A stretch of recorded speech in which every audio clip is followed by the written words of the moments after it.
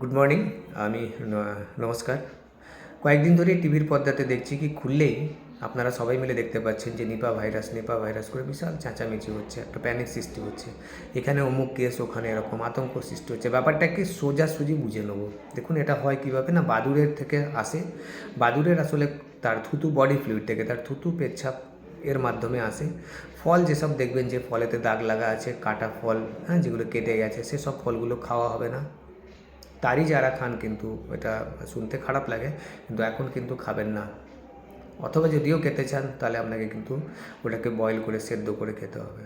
আর এগুলো সাধারণত এর কিছু ইন্টারমিডিয়েট হোস্ট আছে বাদুড়গুলো, সেগুলোকে ধরে। যেমন অস্ট্রেলিয়া দেশে দেখা গেছে যে এরা ঘোড়াকে অ্যাট্যাক করে, আর এদিকে মালয়েশিয়াতে দেখা গেছে শুয়োরকে অ্যাট্যাক করে। আমাদের দেশে কিন্তু সেরকম এখনও রিপোর্ট পাওয়া যায়নি। তাও যারা ননভেজ আছেন তারা কিন্তু একটু খুব ভালো করে সেদ্ধ করে খাবেন। আরেকটা ট্রান্সমিশন আছে হিউম্যান টু হিউম্যান। সেখানে একটা যার আক্রান্ত আছে লোকটা, পেশেন্ট, সেই কিন্তু আরেকজনকে করতে পারবে, ছড়াতে পারবে।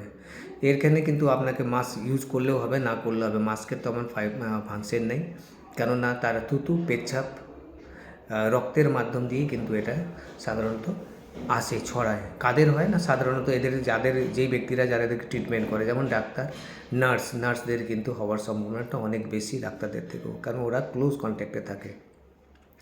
আর কি এর কোয়ারেন্টাইনের ব্যবস্থা কী আছে দেখুন।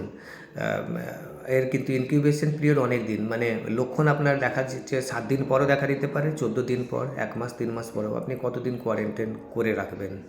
আর এর লক্ষণ কী আছে না, প্রচুর পরিমাণে মাথা ব্যথা, জ্বর থাকবে, একদম দুর্বল হয়ে যাবেন। ছড়ানো খুবই মুশকিল, কেননা এটাতে পেশেন্ট এতই দুর্বল হয়ে যায় সে কিন্তু বাইরে যেতে পারে না। আর ভ্যাকসিন দেখবেন, ভাইরাসের কিন্তু লাখ লাখ ভাইরাস আছে, আপনি কত ভ্যাকসিন দেবেন আর কত ভ্যাকসিন বের করবেন। ভ্যাকসিনের গল্প নেই। প্রচুর ওষুধ আছে, কিন্তু কোনো ওষুধই কোনো রকম এই জীবাণুটার ওপর, কিন্তু নিপা ভাইরাসের ওপর কাজ নেই। আর এর কিন্তু মর্টালিটি রেট, মানে আপনার ডেথ রেট কিন্তু 80%, মানে যদি হয়ে যাচ্ছে মোটামুটি 80% চান্স থাকছে আপনার একদম খারাপ হয়ে যাওয়ার। তাহলে করবো কি, করণীয় কিছুই নেই।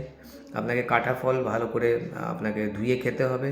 আর মাংস টাংস যেগুলো থাকবে, যারা এগুলোকে খান, ভালো করে সেদ্ধ করে খেতে হবে।